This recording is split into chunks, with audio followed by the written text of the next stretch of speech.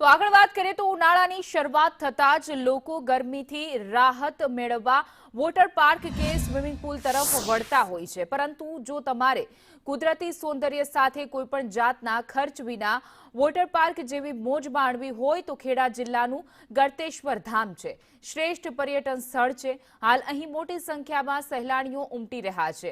અમદાવાદ, વડોદરા અને સુરત સહિત વિવિધ સ્થળેથી લોકો અહીં આવી રહ્યા છે।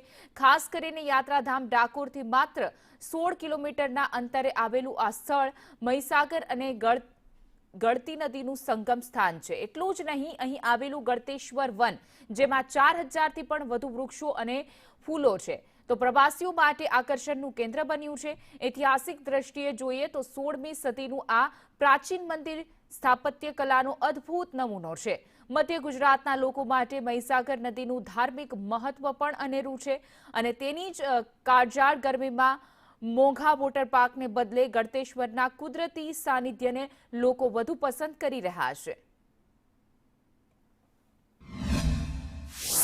જમીન અને અહીંયા કુદરતી નેચરના વચ્ચે આ નદી આવેલી છે, તો એ નદીમાં અમે સ્નાન કરવા આવ્યા છીએ અને સ્નાન કરીને હવે અહીંયા ઘંટેશ્વર મહાદેવનું મંદિર છે, તો ત્યાં અમે બધા મંદિર દર્શન કરવા જઈશું અને અહીંયા સ્વિમિંગ પુલ કરતા અહીંયા પાણીમાં નાહવાની બી મજા આવે। ત્યાં ગળતેશ્વરની અંદર બહુ પૌરાણિક મંદિર છે ભોલેનાથનું, અને આજુબાજુ ઘણા બી બીજા આજુબાજુ મંદિર છે। મહીસાગરનું મંદિર છે, રામદેવપીરનું મંદિર છે, અને ત્યાંથી એની નજીક નદી કિનારો છે, ત્યાં ત્રિવેણી સંગમ છે।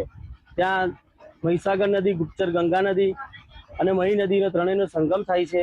આ ત્રણેયના સંગમ બહુ સરસ એવું કુદરતી દ્રશ્ય જેવું, સૌંદર્ય જેવું છે, સારું એવું। એની ઉપર અહીંયા વન બનેલું છે સરકાર દ્વારા, સરસ એવું। એ વનની અંદર બગીચો છે, સારો એવો બેસવા માટેનો। ઉનાળાની ગરમીની શરૂઆત થઈ ગઈ છે, જેને લઈ લોકો ત્રાહિમામ બન્યા છે।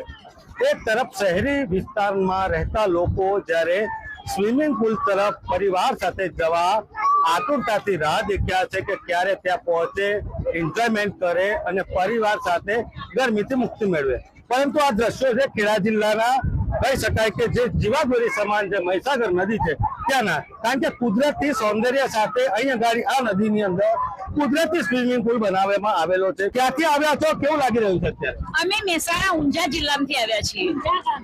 બહુ મસ્ત છે અહીંયા।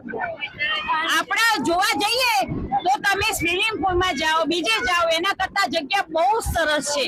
અહીંયા જો કુદરતી સૌંદર્ય તમને મળી રહે, ગળતેશ્વર મહાદેવનું મંદિર મળી રહે અને ફૂલ એન્જોય કરવાની જગ્યા છે। બહુ જ મજા આવે છે। અમે દર વર્ષે અહીંયા બધા અમે બહેનો આવીએ છીએ નાહવા માટે અને આજે અહીંયા નાહીને હવે ડાકોર જવાના છીએ। કેવું લાગી રહ્યું છે અત્યારે અહીંયા?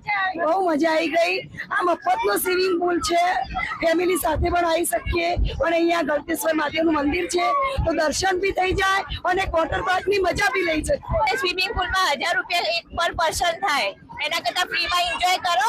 ખાણીપીણીનું પણ અહીં મોટું બજાર ઉભું કરવામાં આવ્યું છે, તેમાં કહી શકાય કે જે સહેલાણીઓ છે તે આરામપૂર્વક સમગ્ર દિવસ પસાર કરે છે, તે પણ મફતમાં।